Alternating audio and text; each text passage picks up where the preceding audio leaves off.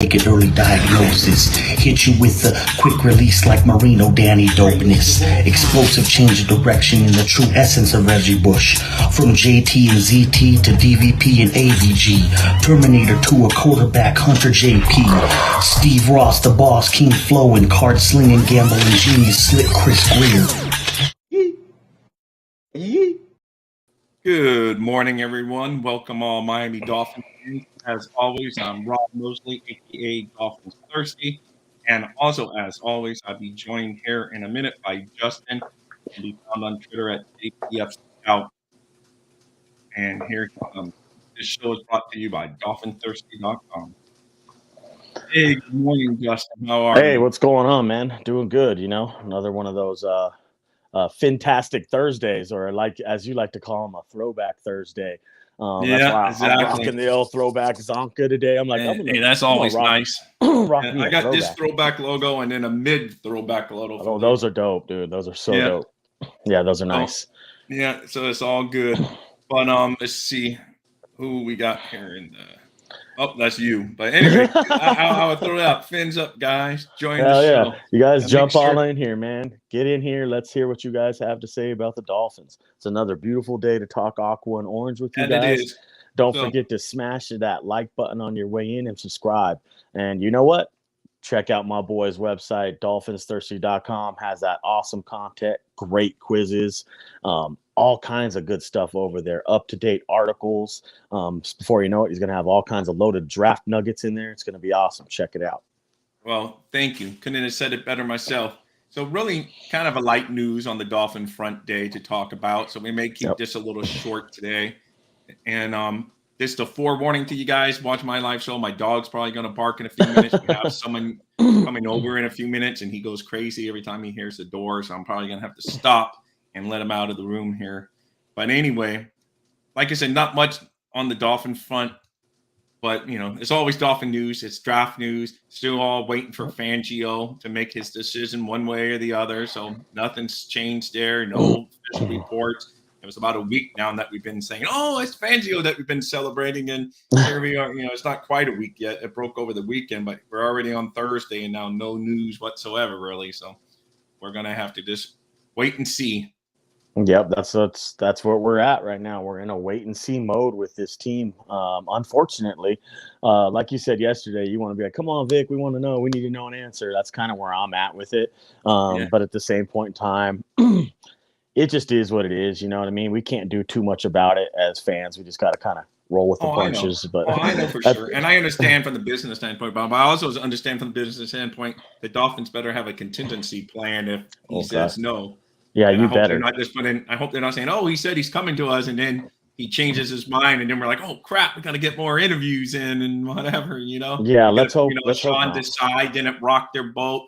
If Anthony Kimpelli didn't rock their boat, they're going to be like, oh, crap, we got to start throwing more names out there. Because I haven't seen any of the other names, like the guy that had the interim coach that had been with the Panthers, Wilkes guy. I haven't seen his name, haven't seen none of those names. But maybe those names start popping up in the mix if Fangio, drops out. Yeah, I just think it's a slow front. Like things are just getting started, so they're kind of, slowly building up. Like we're just getting started. The new league year hasn't even kicked off yet. I think that's the delay and everything. Everything kind of don't get rolling until about that time. I mean, that's the big thing. But normally coaches say get before. But it's true. All the other stuff, the new year in league doesn't start till March, so we're okay. But normally they try to get coaches on board so you kind of know what scheme you want, what kind of players to target.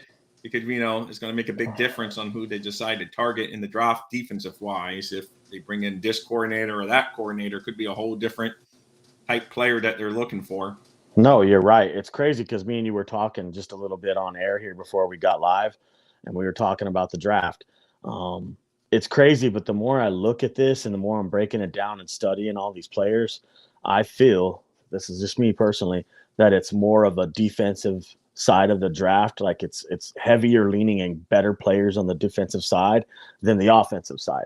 I think the Dolphins should look at it the same way. And when you strategize and you're like, okay, we got 5 picks, maybe you even added one, now you have 6. I think more than half of those need to go to the defensive side of the football. But we're lacking on the offensive side right now. We're more built on defense than we are on offense. Right. So when we get into free agency, I want to attack offense really hard. I'm not playing around. I'm not joking. I'm not kidding in any which way, form, or fashion. I want veteran offensive linemen. I want veteran tight end if you're going to bring any in. And I want to re-sign Randy Mostert. So hopefully Mostert comes back on a kind of team friendly. I know we all like to throw that term around, but they have to take care of themselves if they can get better money. But as long as the market's not huge for him, hopefully we can get some team friendly deal with him coming back, because I like him. He's pretty good blocking. He can, and he's good. He brings you that dynamic that anytime he touches it, he can take it to the house. You just don't know it because he's that fast. He's a dynamic we haven't had in the backfield for a long time. So it was nice to have that this year. And I agree, man. He's really good. He's fast. He's everything. He fits the offense real nice. Like when you have to bounce it to the outside and that run calls for you have to hit the hole hard and go shoot it through there. He does it, man. He's good. Yeah. He's got great from all vision. reports, he seems to really love the Dolphins and stuff, because he was telling his buddies oh, it's different here. We got good morale here and everything's good. So it seems like he likes it in Miami. So I hope so. And I hope he wants to stay. Yeah, and I think it'd be an okay deal. I don't think he's going to get big money just because of both his age and injury history. So he should come back pretty friendly deal. I think you could get that for under $5 million, to be quite honest. Under $5 million. He's not that big. All right, you can take it away for a minute. My dog's gonna go. Yeah, his dog's going bonkers. That's all right. My dogs do the same damn thing. But yeah, like he was saying, we'll probably end up getting away with if Mostert will come back to us for fairly cheap. I'm saying 3, 5, in between 3 and 5 million. I think that's quite adequate, and he would be okay with that. Now, don't go offer him like a 2-year deal for like 10 million or nothing like that. I probably wouldn't be into that, but a 1-year deal, something along those lines, I'd be okay with it. We'll see what happens once free agency starts going and we start cleaning up the books. Once they start cleaning up the books, you'll get a surprise here or there. You know what I mean? Like somebody will get cut they didn't expect to, or something like that. Yeah, that happens too. Sometimes getting closer to camp and after June 1st and all of that. So there's all kinds of nuggets you can get. We got to rework our own cap, of course, first, because it's kind of bad right now. But at least one good thing, the salary cap had gone up, so you got free money right there going up. So and then a little more wiggle room. But if there's one thing I could ask you guys, on anybody, you, me, Rob, everybody out there in the audience, what's the one thing on this besides the offensive line? Because we all know that needs to be fixed. What's the one thing on this offense that we're lacking that we could use? It's just we don't have that right now. Well, I would say tight end, because it's another back. You already mentioned running back. Yep. Tight end, and I don't know what. Well, we already got all like the explosive playmakers, the over the top guys who take the over the top. Right. If we bring back Mostert and Wilson, we have running backs. What we're really lacking in this offense is somebody that's a chain mover, a consistent chain mover. Like, bro, I sit down in the zones, I catch all the passes, and I move the chains. We do not have a chain mover. No one who's like, dude, I'll do that. I'll sit down. Like an OJ McDuffie back in the day. An OJ McDuffie, a chain mover. Someone who's just an animal over the middle, provides you yak yards, gets you all the small things that the star wide receivers like, Hill and Waddle don't. So you need somebody like that, man. You need a chain mover. I don't care who it's going to be, if it's going to be a veteran or if you want to go into the draft. Sherfield does it sometimes. I thought he's good. He's good. I wouldn't be opposed to bringing him back. People probably hate on me for this all day long, but I like River Craycraft more than I like Mike Gesicki. I would bring back River Craycraft like that, just because I know the routes he runs are clean. I need someone who runs clean routes. I need you to eat over the middle. I need to get easy first downs. You need a chain mover. Speaking of easy, maybe easy will actually contribute next year, and maybe he could fill, because he's a big body guy that can maybe fill that position. Yeah, that'd be nice. I would like to see him get some more playing time, some more run for sure. Let's hope he's studied up the playbook and just been in the film room like crazy, because that's where these guys are going to get better. Yeah, they need to see the field, but they need to hit the film room, man. They need to be like film room junkies, and then they'll come out there and you'll see them playing faster. And that's why. Well, hopefully so. Hopefully so, because I know they say that this offense that McDaniel runs is complicated. It is. So, and a lot of language and lingo, and you got to know everyone where you're doing, and that's what he kind of blamed on the getting the plays in there on the last second so many times this season, is that he says, yes, it's complicated, and he did take some blame at the end of the year for saying that maybe he didn't take into account like some of the inexperience that he had, because he had a 7th-round draft pick rookie quarterback playing with linemen that had just come in there and trying to pick up all their assignments, and he admitted he probably should have just – he didn't say dumb it down, but I forget what term. He should have made it easier, Well, yeah, I agree. He should have definitely dumbed down the system. I was saying that weeks ago, like when we were like coming out of Texans, I was like, man, you need to make things smaller for these guys. You're overloading them, and you get to see it because they don't play as fast. Like I can see that on tape. Like even like I don't even have to go back and rewind it. I'm like, oh, he's playing slow. Something's wrong. And it's because when you can play fast is when you have total and complete domination of either the offensive scheme or the defensive scheme. And that, you can go out there and just let loose, bro. You can play so fast to where it's like, you're like, oh, there it is. I've seen that before. Bam. And you just hit it. And if not, then you're over here like, well, should I go there? Or do I need to hold to my assignment over here? It's like, you don't know where you need to be. There's a lot of communication going on in the huddle, and that's why we get down to the play clock, and you're just so frustrated. And welcome to the room, guys. Make sure you drop us some lines and let us know what you're thinking Dolphin-wise. We talked on the beginning of the show. There's not much Dolphin news out there. There is going to be a lot of draft stuff coming, but still no word on Fangio if you just joined us, and all of that. And as always, as we're in here live, we try to entertain you. We don't try to be looking at what's going on everywhere else. Give us the news if you see breaking news. Yeah, you see it. Let us know. So, but as right now, there's nothing new on the Dolphins. It's crazy because like we had that season go through and we had a lot of ups and downs. There's a lot of valleys, a lot of ups and downs in that season. It's crazy because I knew this was going to happen. I wanted to see how they were going to react when it did happen. Like what did you do when your back's against the wall? The playoff game really showed me a lot, but other than that, we had a lot of mishaps, and it was from a lot of self-inflicted wounds, ones that are going to be cleaned up, that are easily coachable, you guys. Right. These are, if you take away all the pre-snap penalties the Dolphins had during the regular season, I bet you we get two more victories out of that season. Two more, at least two. You just take the pre-snap penalties away. Take out the drops. You take out those drops, man, you might actually have 3 more wins on the board. Well, I know. But like they say, if, Gino loves you say, if. If don't matter, because it didn't happen. I know. I'm just teasing, but if your buddy Gino was here, he'd be saying, well, if my aunt had, the saying. Yeah. Well, if my aunt had the custard pie in the fridge, then we could eat it. I get it. But I'll be honest with you, dude, it's something they have to clean up, and it comes from practice. It comes from continuity together. It comes from, oh, I know what Mike McDaniel is going to say now, and now I have to be 2 steps over more to the right on this condensed split. Instead of it being widened out, it's actually skinny, and you have it more in toward the line of scrimmage. These are the things. These are the things he's asking you to do. These are the things he needs you to do to know where you need to be at the snap of the ball.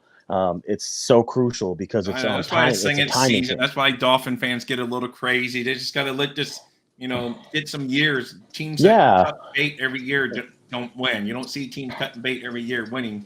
So no, you just gotta go through the pains of learning a new system. Very seldom take the lumps. Yep. First year coach come in and dominate from the beginning.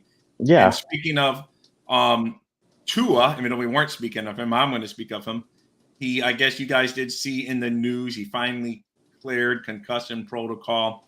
So a lot of that probably had to do with, I don't think the Dolphins, even though it's only a flag football game, I don't think the organization wanted Tua out there participating. So they probably waited until all the backups got, okay, now he's not in there. And this now, let's say he cleared. But I think that probably had a lot to do with it because they don't, because they know Tua, he probably wanted to go out there and have fun and participate because it's not a contact game, but there's he's had enough.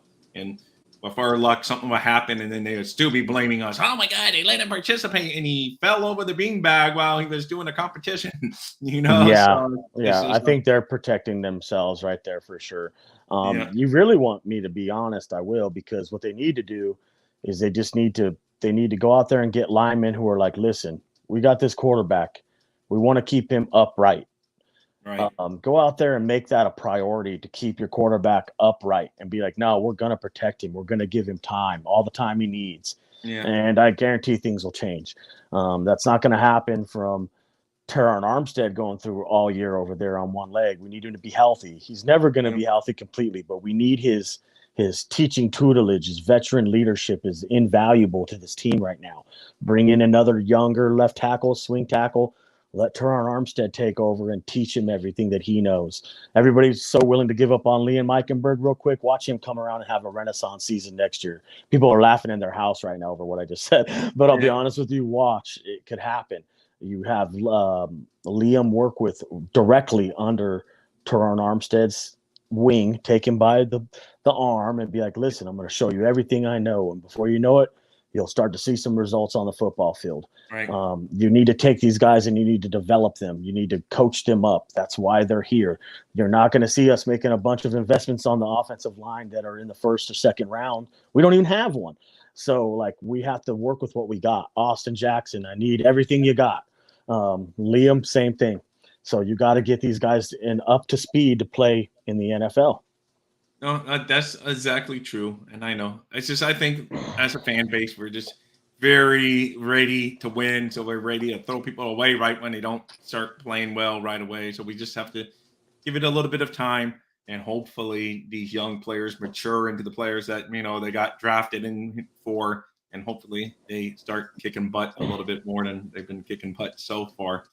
So the funny thing is, talking about Tua, I saw Derek Carr was trending today. So I'm like, why is Derek Carr trending? He's trending because he was doing he's preparing for the Pro Bowl games, because they got target competitions kind of back like in the old days when they would see some of those. They're bringing some of that kind of stuff to the Pro Bowl, to get rid of the physical element of the Pro Bowl. Mm-hmm. So it's just funny, though. It makes you think that Derek Carr is in the Pro Bowl when a team that sent him home.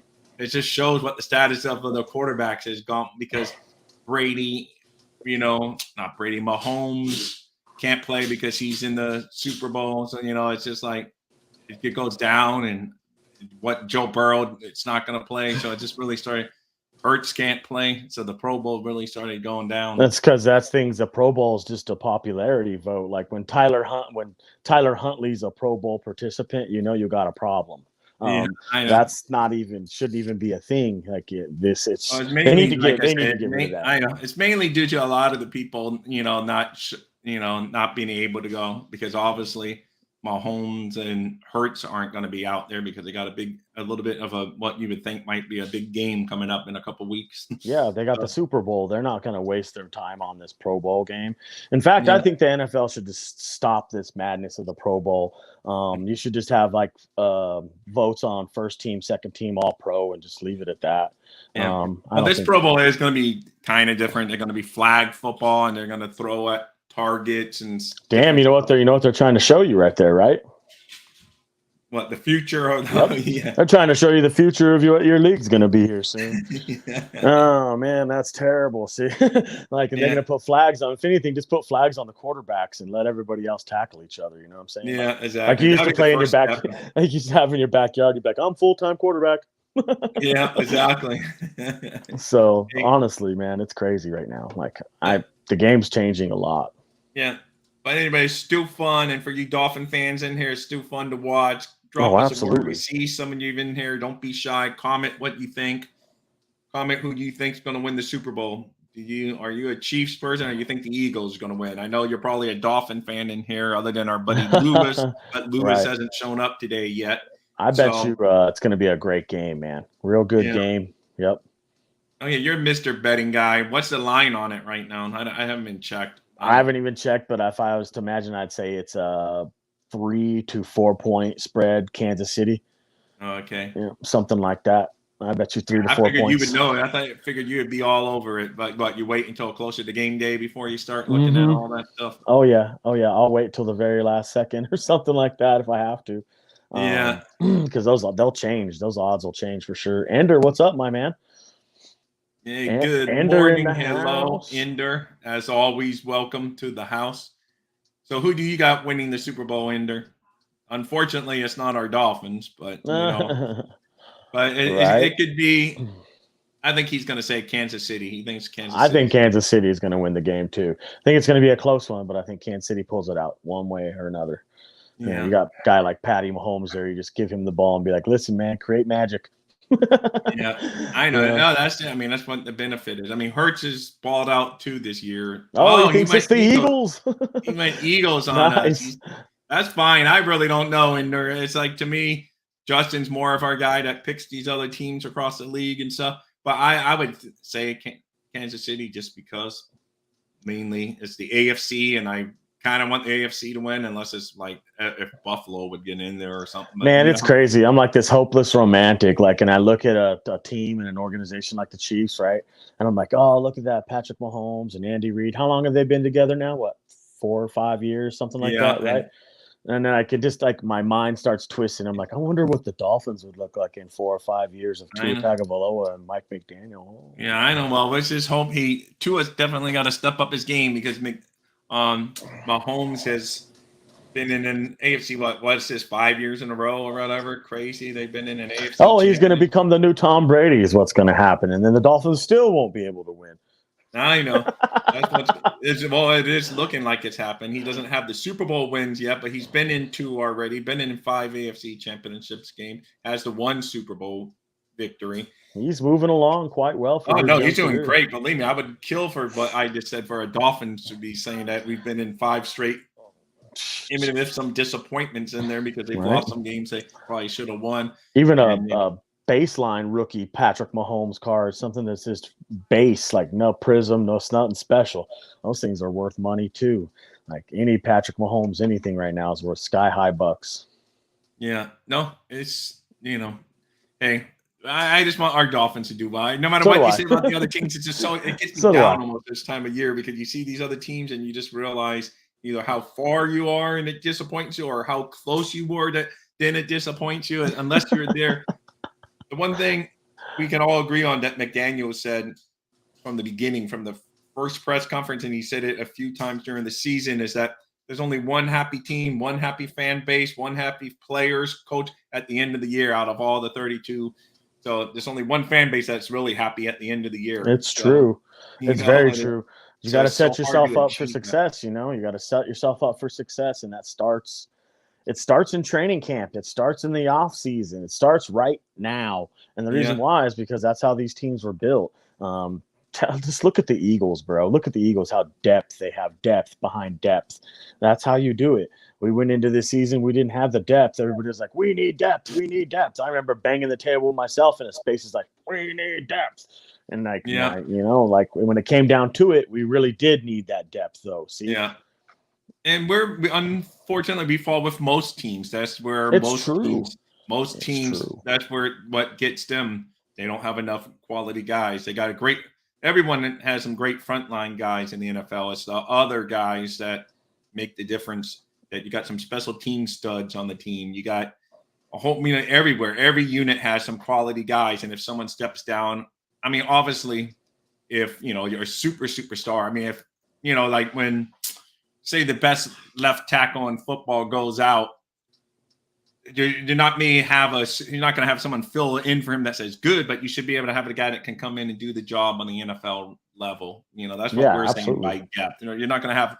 It's not like recruiting at Alabama where your 5-star cornerback goes down, then you bring in the 4-star cornerback to replace him just like in 1 minute. It's not like that in NFL just because of the salary cap. You can't have throughout. You can't have the depth. But I know what you're saying. You need guys that can come in and be a quality NFL starter if given the chance.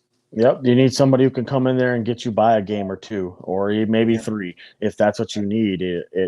Your team nuclei, everybody has their team nucleus that's good. It's built. You have your stars. But just like Rob just mentioned, it's the stuff that's behind it that is it's hurting you because the guy might be a fringe line practice squad player, but he's your backup. Those are the things you have to get out of the way and be like, no, I need a backup in here. You have to know the job. You have to be able to play because I'm going to count on you at some point in time during this season. So you have to have them. It's a definite need. You need in this league to win anything, a Super Bowl, to hold up that Lombardi trophy. Yeah. This is my opinion. You're going to need 2 to 3 of everything. 2 to 3 of everything. So that means you're going to need 2 tackles. You need 2 guards, if not 3, 2 centers, all of that throughout the whole lineup, both sides of the football. If you don't have that, I don't think you have your percentages of winning go really down. No, if you're like, hey, our punter's not the best. Okay, maybe you could get by. You'll be okay. You know what I'm saying? But like, like I said, because you can't have such a big. Say, like, I know Armstead's not like the best left tackle, but back to my example of left tackle, Armstead's a very good, one of the top left tackles. When he goes out, it shouldn't be such a, the ref. I love you, Steve. Don't get me going, bro. Yeah, don't get him, Steve. I would say I would boycott Steve's show but I can't boycott his show because that's your show. I know. So, Steve, thank you for joining. That was great. I love you, Steve. Every Tuesday night, find Steve, 7:30 p.m. The refs will win. He's a host of Real Talk Fans Talk. But Steve, you're egging on Justin, eating up his alley when you do all that. Oh, man, it's so true. Yeah, you're right in my wheelhouse, buddy. I was going to be honest with you, dude. Like last year, did they let you down last year, having the game end on back-to-back flags to decide the Super Bowl? That wasn't enough for you? Trust me, you'll see it again this season. Yeah. Well, I know. That game, I thought for that game there was a lot of flags. And I know Cincinnati fans may complain, but they got some flags too that game. Yeah, I know, but not right there. Not right there at that point in time. In that point in time in the game, in the Super Bowl. But the late hit was a late hit any day, so that one they can't complain about. Maybe the second one out of the flag sequence that I just called out, but the first one definitely was tic-tac, and then the third one was the worst call I've ever seen in my life. That was bad. Yeah. And that's to win the Super Bowl. So no.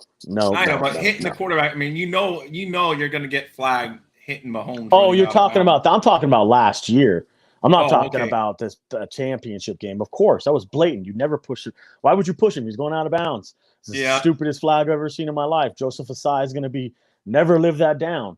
It's going to be really hard. But I'm talking about last year's Super Bowl where it was that 3 penalties back to back to back. And at the point of the time of the game it was, I was like, what the hell is this? It actually pissed me off. Yeah, in the Super Bowl, the Rams and the Bengals. I hate that. Don't ruin the game, bro. Like, I remember one of the best games I ever watched in my life was an NFC Championship game. It was Cowboys versus the Packers, and it was the catch a catch that wasn't a catch, the Dez Bryant catch on the sideline. That one really, really infuriated the hell out of me because I was like, "Oh, you just ruined the game." It was on the 4th down. It was 4th down with 30 seconds to go in the game. It was like the last play of the game, and you were like, "No touchdown." That would have won Cowboys the game. I'm not a Cowboys fan. I'm just a football fan. I'll be honest with you. It was a great game. One of the best ones I've ever seen in my life. And then for it to end like that, I was like, huh? It was whack, bro. All right, Steve. I'm going to come in and start. Well, I'm in your show. I'm going to start some crazy topic in Steve's show. He's like, see what you did? Steve always calls me, these are tonight's topics. I'm going to come up with some crazy topic just to throw him off his game. He's going to say, so, Rob, what do you think about this? And I'm going to say the complete opposite of what he asked me. Because he knows he loves getting you running. Oh, man. Anyway. Once you get me going, it's really hard to stop. I know. That's what I'm saying. I got to slow you down with this referee stuff. But anyway, guys, make sure you hit that like and subscribe button. Thank you for joining. So, it's another year without the Dolphins winning a playoff game. Us and the Detroit Lions are always mentioned in the same breath now. When I was a kid, there was no way in heck we would ever be mentioned in the same breath as the Detroit Lions. But now, unfortunately, our recent history put us in the same breath as the Detroit Lions that we're up there with them for at least we got them beat by a couple of decades. They really haven't won a playoff game for a long time. It's been a while. But I'm telling you, man, when you got a kid that's been born, gone all the way through the school system, and is now in his 2nd year at the University of Florida, and they still haven't won a playoff game in all that time, that's way too long. That's bad, bro.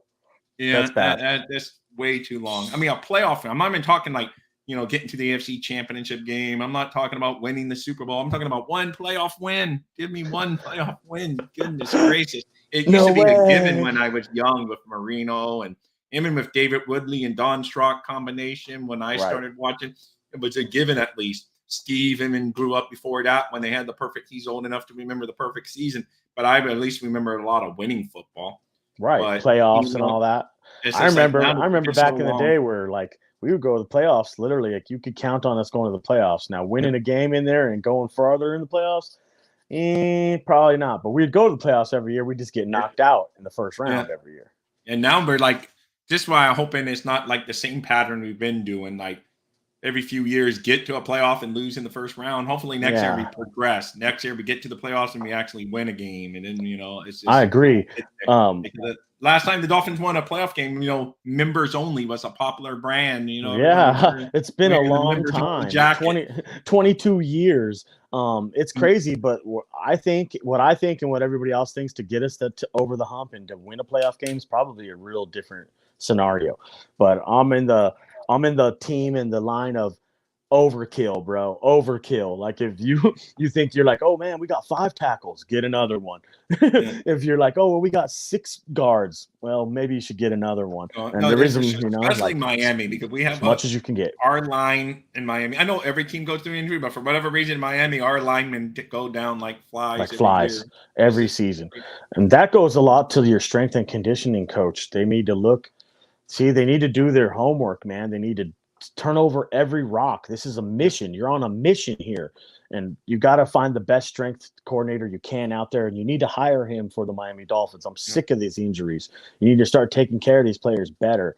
It starts with your strength and conditioning coordinator. You yeah. have to have this guy. You need the best of the best. If this guy's one of the best out there, then be like, dude, what the hell's going on? Is this just a Yeah. freak of No, string injuries? I What's agree. And happening? you also have to go get a general manager that decides not to sign players with a history of injury. I know that's it, man. So just like you and your referees, I'm on Chris Greer. So we You both are. have You our guys. You guys hammer that dude, man. Like I made a comment in your guys' show around there too. On Tuesday night, everybody was hammering on Greer, and I'm like, I know no one likes Chris Greer. This is the comment I made. No one likes Chris Greer, but who are we getting to replace him? Well, I know. I mean, that's the magic thing. I mean, that's what Stephen Ross obviously has a problem doing, finding someone that can do the good job. There's no one out there. I know. Well, there is someone out there, but Who? finding that someone, Like I I mean, don't know. look at the 49ers, look at the Chiefs. They obviously have people that are running the team in a competent manner that gets players and keep on going on. Yes, I agree, the but they're Chiefs not good. They're aren't definitely really a not getting fair rid of any of comparison, their and you guys. gotta once you hit on the quarterback, it makes everything else easier in today's modern NFL. And the Chiefs hit on Mahomes, so I really don't like comparing the Chiefs because they just have a freak of a quarterback. But you I look think at it's. you I look at the agree. 49ers, man, they just keep on building. They don't have a great quarterback that's dominating, but they keep on winning because they know how to do something. They If got they a ever hit great. that, They got a great if they system ever in hit a place. home run at quarterback, watch out league because there's going to be trouble. Because I mean, they're good. They had Trey Lance, boom. Yes, Steve, thank you. Yes, I and subscribe, easily please. get distracted. That's Yep. my Tell a friend and tell another friend. Like and subscribe. We're new here. Want to bring more content to you guys every day. It's Aqua and Orange over here every day, all day. Like and subscribe. We love you guys. Yeah, thank you. So yeah, it's a lot easier once you hit at the quarterback. But like the 49ers are a perfect example of, and even the Eagles are a perfect example of like teams that are well run. They don't give up all their picks. They very seldom get in on the big time free agents. Man, you know what? We get rid of Chris Greer and fire him or whatever. Patriots would pick him up the next day. Next thing you know, the Patriots he'd start hitting on all those picks. All right, I don't. Steve. Thank you for Grass is joining dead. us. Make sure you hit that like button. I'm sure you already Dude, did. Steve, love you, buddy. I'm like, I don't think the grass is greener on the other side. I'm sorry, I really don't. I'm just gonna stick with what we got. I really am. Like Chris Greer frustrates me a little bit too sometimes because he does some things like picking no Igbenogany when I didn't want him to, and like things like that. They're surprise picks, but these are the things I don't think he GMs try to stayed take true risks to- and do. They take My risks. only thing is I just don't think he stayed true to himself the past couple of times now in trade because he always said he's a build through the draft guy. And now in a couple of times he's given up those, like that F them picks. I won't say the word because I try to keep it family rated here. But, that saying, oh, F those picks like the Rams did and they went and got one Super Bowl, but now they're all in turmoil. I understand. I think I get what he did right there, though. He understands where we're at. He understands the fan base is sick of losing. On the Chubb trade, I think he kind of missed. I think he went for it and lost. That's all. He went for it. I think he misread where we were really at. We weren't that close. And I'm not saying Chubb is a bad trade or not, but now you got to pay Chubb. Tyreek Hill obviously was a great guy to pick up, but you got to pay Tyreek Hill. The teams that win get these guys under rookie contracts. And, I know there's two ways. There's two ways to skin a cat. You can win going the free agent, but you better be right on all draft picks. You can miss a little bit more because they're a lot cheaper. If you miss when you bring in the big time free agents, yeah, that's you're right. where you really. No, you're right. Like he tried to go all in. And it didn't work out this time. You know what I'm saying? Like it's crazy. Like the life of a GM is really hard. It's really hard. Like you go make these moves and like it might not pan out because the dynamics of the locker room wasn't right or the coaching staff didn't jive with the players you brought in. It's really hard. So you got to make sure that you're doing the best for your team when you put your best foot forward. No Benogany pick. I don't think that was his best foot forward. I think that was, hey, I got 3 first-round picks here. Let me take a luxury pick, and I'm going to take a shot in the dark here, and he threw a dart at a dartboard with a no. That's what I think happened with that one. The other two, maybe that was their BPA, but sometimes and you just never know. Like you don't. It's rough, bro. It's like kicking field goals in the NFL. So I understand why might go wide right, might go through the middle.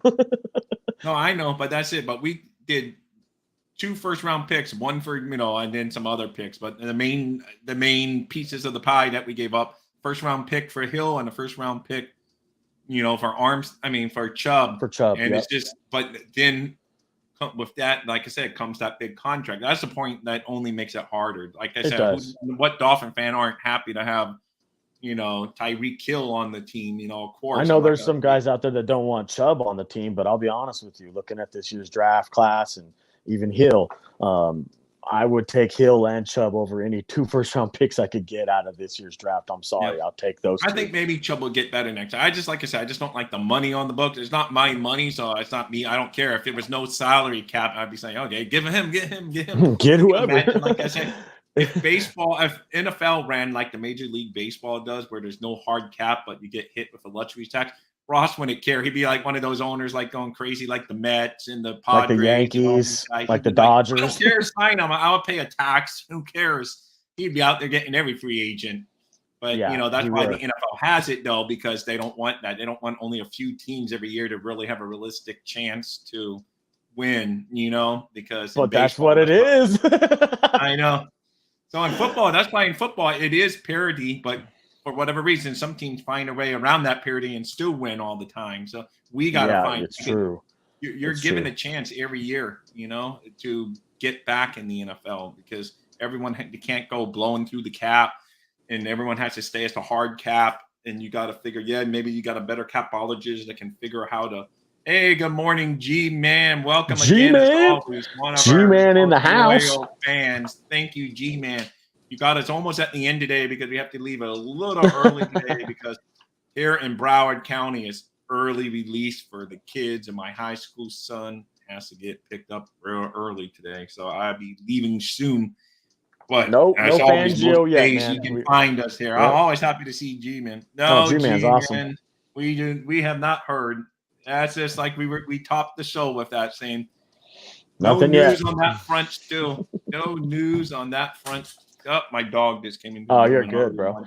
Like, honestly, man, I think we'll see something happen on the defensive coordinator thing shaking here real quick. I don't think they're going to be able to hide much longer. They're going to have to go ahead and make their moves and get ready for the new league year.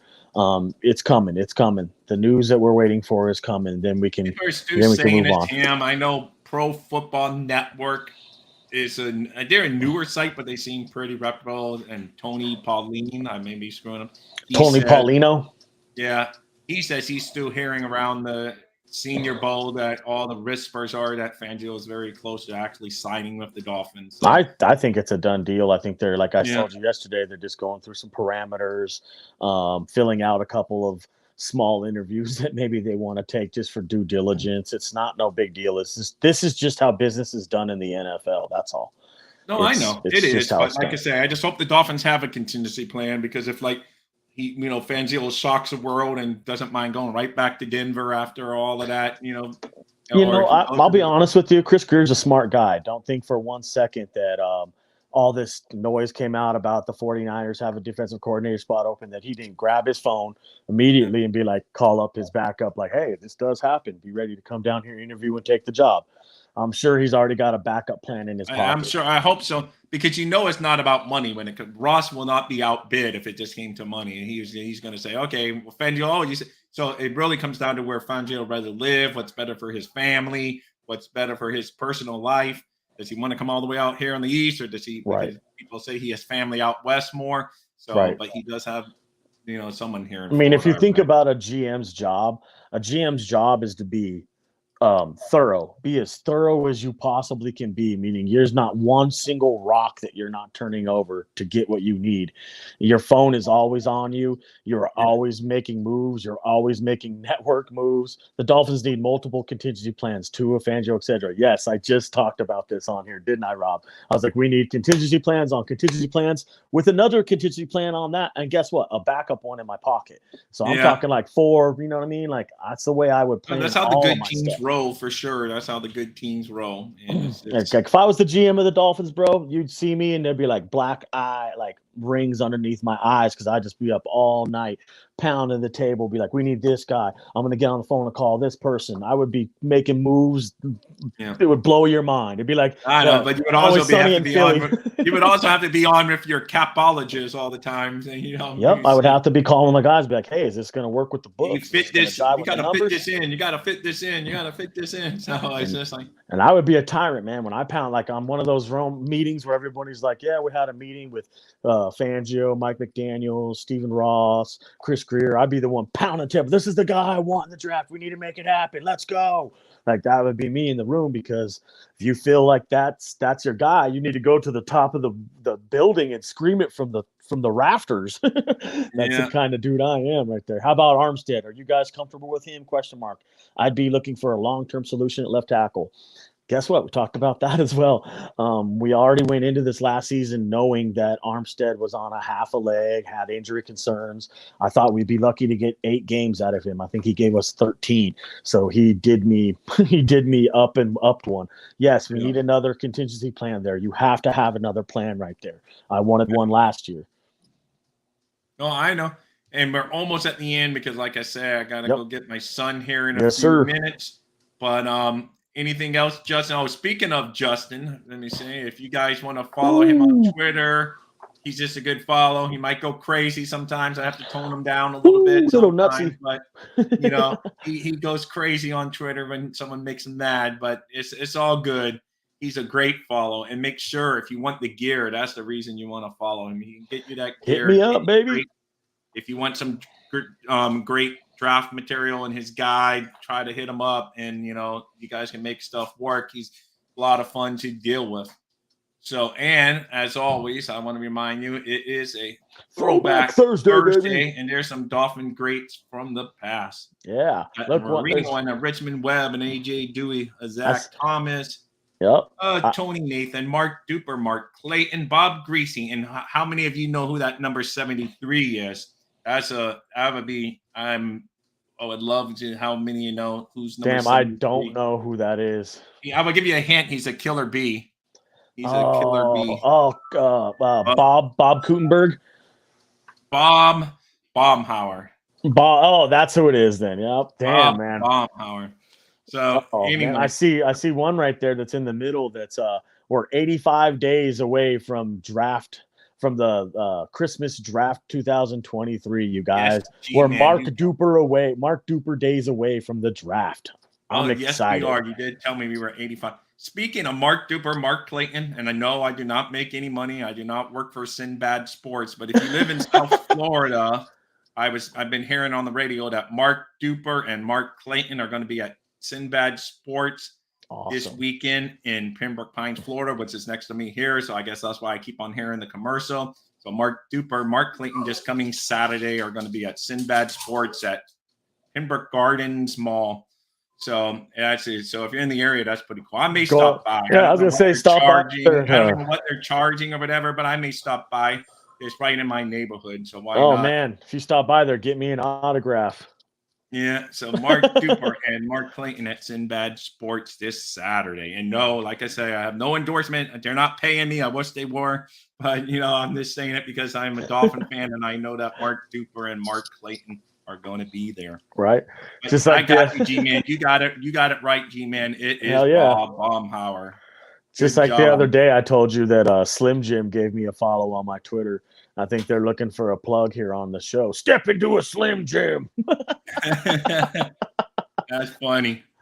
That is funny. So anyway, guys, I know you're going to know these guys before. This one is also, I'm going to throw one more banner up there for the Throwback Thursday. Throwback Thursday, baby. There you go. Ender. Name those two guys. I'm sure you had it up G-Man. there. I'm sorry, not Ender. G-Man. G-Man. You know those two guys? They happen to be brothers. So I know who they are. To be brothers. I have to give hints away quick now because I gotta leave. It's my dog been telling me I gotta leave. He's got it. Look, the Blackwood brothers. Yep, there you go. Blackwood brothers. Yes, yep. Glenn and Lyle Blackwood. Lyle Blackwood's wearing number 42. Glenn Blackwood is wearing number 47. I would like to get something like that. They probably wouldn't. People would say, "Oh, they wouldn't survive today because they're not athletic as some." But the main reason they'll probably be suspended every week because they would smash the heck out of you if you went across the middle of the field. People didn't want to go across the middle of them. They were known as the Blackwood brothers, the Bruise brothers. The Bruise brothers, baby. Yeah, so they were good. Anyway, Ben AD. I wish we could get Blackwood brothers. There you go. Yeah, there you go. I wish we could get another set of brothers that are on the team now that would play and they play with each other. They should go out there and draft that Ivan Pace Jr. and his brother Deshaun Pace and have them play in Miami together. That'd be cool. Yeah, no, that would all good stuff. Oh, there's my dog's reminding me. That means it's time to go. He's telling me, hey, you gotta go get my human brother. So anyway, I am out of here, guys. Justin, any final clip before I hit our count out song? You guys all keep your faith. Fangio's coming. Good things are coming. Fins up, baby. Let's go.